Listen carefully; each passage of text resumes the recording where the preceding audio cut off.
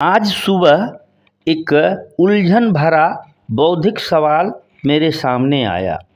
एक हाथ में धार्मिक पुस्तकें और दूसरी हाथ में संविधान कैसे चलेगा। मतलब आप एक तरफ धार्मिक बातें कर रहे हैं और दूसरी तरफ संविधान की बातें कर रहे हैं, कैसे चलेगा। एक तरफ आप पूंजीवाद की बातें कर रहे हैं, पूंजीवाद का समर्थन कर रहे हैं, और दूसरी तरफ समाजवाद की बात कर रहे हैं और समाजवाद का समर्थन कर रहे हैं, कैसे चलेगा। तो प्रथम दृष्टिया इसे देखने पर ऐसा लगता है कि यह सवाल बहुत वाजिब है। अब यहाँ पर मैं यह स्पष्ट कर दूं कि यह किन के लिए है। यह लोगों के लिए है, भारतीय लोगों के लिए है, वैश्विक लोगों के लिए ये सवाल सटीक बैठ सकता है। लेकिन इसका क्या निहितार्थ होते हैं, क्या अर्थ होते हैं कि क्या वास्तव में जो लड़ाई होती है क्या भौतिक स्वरूप में ही होती है, भौतिक स्वरूप में के अलावा कोई दूसरे स्वरूप पर नहीं होती है, क्या मानसिक और बौद्धिक युद्ध नहीं होता है। तो उनका था कि आपको स्पष्ट लकीर खींचना होगा। तो मैं यह बता दूं कि भारतीय संविधान की उद्देशिका में, प्रियम्बल में जो शुरुआत है वह लिखा हुआ है, हम भारत के लोग, we the people of India. इस संविधान को अंगीकृत, अधिनियमित और आत्म अर्पित करते हैं। मतलब भारत का जो संप्रभुता है, सॉवरेनिटी है, वो कहाँ है? भारत के लोगों में है। भारत के लोगों ने उसे संविधान में दिया है। और संविधान की संप्रभुता कहाँ है? वह उद्देशिका में स्पष्ट है, we the people of India. ध्यान रहे, we the people of India, Bharat के लोग, किसी व्यक्ति और नागरिक की बात नहीं कर रहा है।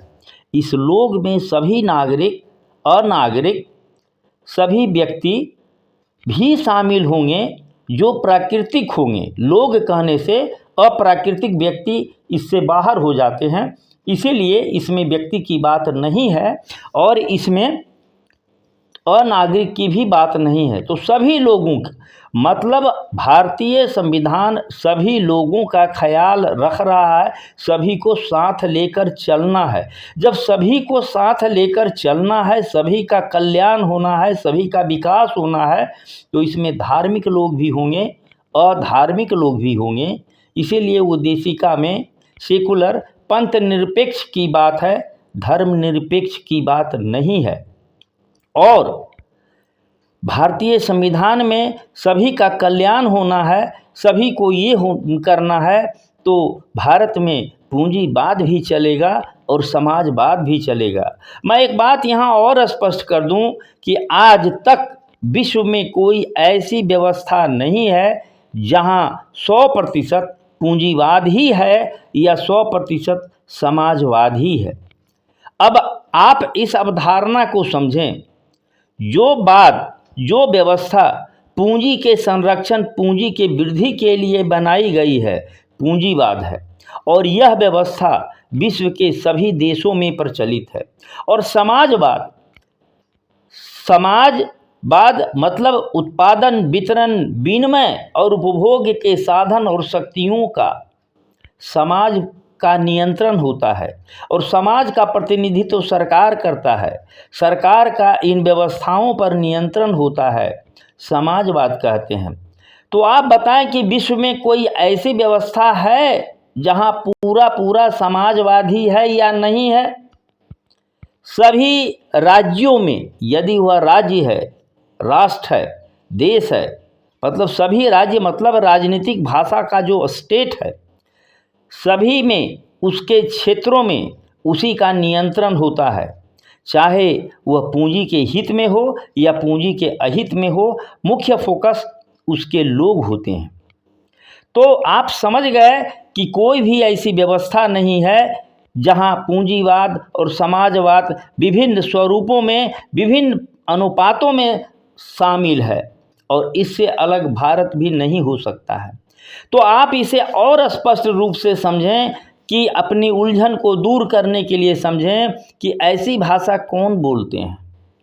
तो अन्ना एलियानोर रूजवेल्ट फ्रैंकलिन डी रूजवेल्ट की पत्नी रही हैं, और जो फ्रैंकलिन डी रूजवेल्ट अमेरिका में लंबे समय तक राष्ट्रपति रहे, उस रूप में एलियानोर रूजवेल्ट प्रथम महिला की लंबी अवधि काटी और एक राजनीतिक हस्ती के रूप में इन्होंने काम किया।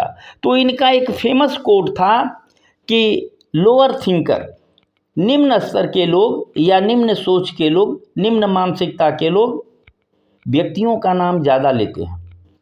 मध्यम दर्जे के लोग घटनाओं का ब्यौरा ज़्यादा देते हैं, और उच्च स्तर के लोग आदर्श और नीतियों की बात ज़्यादा करते हैं। आपको याद करने के लिए बता दें, इसे 3 आईज कहा गया। लोग इंडिविजुअल, लोअर में इंडिविजुअल की बात ज़्यादा होती है। मध्यम दर्जे के लोग इंसिडेंट्स, घटनाओं का ब्यौरा ज़्यादा देते हैं, और उच्च स्तर के जो लोग होते हैं वो आदर्श और नीतियों, आइडियाज़ और आइडियोलॉजी की बात ज़्यादा करते हैं। तो आप इसे ऐसे समझें कि जो निम्न स्तर के लोग होते हैं वो भौतिक स्वरूप को ही ज़्यादा देखते हैं, इसीलिए वह भौतिक आँख जो होता है उतना ही देखते हैं और उतना ही दुनिया समझते हैं। उसके आगे कोई मानसिक या आध्यात्मिक दुनिया होती है, उनके समझ से बाहर होता है। और जो उच्च स्तर के लोग होते हैं वो मानसिक और आध्यात्मिक स्तर की पराकाष्ठा पर होते हैं, इसीलिए आदर्श और नीतियों की बात ज़्यादा करते हैं। और जो मध्यवर्ती लोग होते हैं वो दोनों का मिक्सचर होते हैं, दोनों का खिचड़ी होते हैं। तो आप समझ गए कि जो निम्न स्तर के लोग हैं उनको सिर्फ हाथों में किताब दिख सकती है, विचार नहीं दिख सकता है, और उसके ऊपर का आदर्श नहीं दिख सकता है। उनको रणनीति भी समझ में नहीं आती है। रणनीति यदि लड़ने का वो देखेंगे तो हाथ में डंडा नहीं है, भाला नहीं है, बंदूक नहीं है, तो ये कैसा युद्ध है। तो ये उनकी सोच है। और जो उच्च स्तर के लोग होंगे उनके पास न भाला होगा न बर्छा होगा, और वो दुनिया पर राज करते हैं। तो ये अमेरिकी महिला एलियानोर रूजवेल्ट का एक कंसेप्ट था। और एक दूसरा जो व्यक्ति का मैं नाम ले रहा था वो फ्रेंच दार्शनिक जैक देरेदा की है, डीकंस्ट्रक्शनलिज्म, विखंडनवाद। मैं इसका प्रयोग इसलिए कर रहा हूँ कि मैं 24 के रायबरेली स्थित मॉडर्न कोच फैक्ट्री जो रेलवे का है, जहाँ वंदे भारत वैगन बनता है, अंबेडकर जयंती समारोह का मुख्य वक्ता मैं था। तो एक व्यक्ति ने मुझसे पूछा कि डॉक्टर अंबेडकर ने बुद्ध और उसके धम्म में बहुत सी बातें जो है आज के परिप्रेक्ष्य में अवैज्ञानिक लगती है, तो उनकी वैज्ञानिकता पर लोग सवाल खड़ा करते हैं। मतलब वो व्यक्ति उलझन में था। मैंने उनको कहा कि आप जैक देरेदा का विखंडनवाद को समझें। वो लिखते हैं कि बोलने वाले का या लिखने वाले का मतलब लेखक के जो शब्द होते हैं वो लेखक के समझ के अनुसार, लेखक के संदर्भ के अनुसार होते हैं, लेकिन उसका अर्थ जो है पाठक अपने समझ और अपने स्तर के अनुसार होता है। तो मैं जो 3I के जो लोग के बारे में जो बात किया, एलियानोर रूजवेल्ट की जो बात, यदि उनकी संख्या को आप ग्राफ बनाएं तो एक पिरामिड बनेगा, और पिरामिड का एपेक्स बहुत छोटा होता है, माने आइडियाज और आइडियोलॉजी की बात करने वाले कम होते हैं, और घटनाओं का ब्यौरा देने वाले उससे ज़्यादा होते हैं, और व्यक्तियों का वर्णन करने वाले बार बार इसका नाम उसका नाम वो सबसे ज़्यादा होते हैं। माने भौतिक आँखों से देखने वाले, भौतिक पदार्थों को देखने वालों की संख्या ज़्यादा होती है, और मानसिक और आध्यात्मिक दृष्टि वाले का लोगों की संख्या बहुत कम होती है, और मध्यवर्ती लोग बीच के होते हैं। तो मैं ये कह रहा था कि अंबेडकर ने जो किताब लिखी वो भारत के लोगों के लिए लिखी, और उसमें इसी संरचना के अनुसार व्यक्ति हैं, तो सभी पाठकों को अपने अपने हिसाब से मिलना चाहिए। तो मैंने वहाँ बताया कि जो पाठक का जो स्तर है उसके अनुसार से वे किताबों से वे चीज़ें लेती है। इसमें लेखक को आप कहीं दोषी ठहराने का ये आपका बौद्धिकता पर प्रश्न होगा। आप जो है अंबेडकर ने जो समझ में आया वो भारत के लोगों के लिए किताब लिखा, वैश्विक मानवता की किताब उनके लिए लिखा।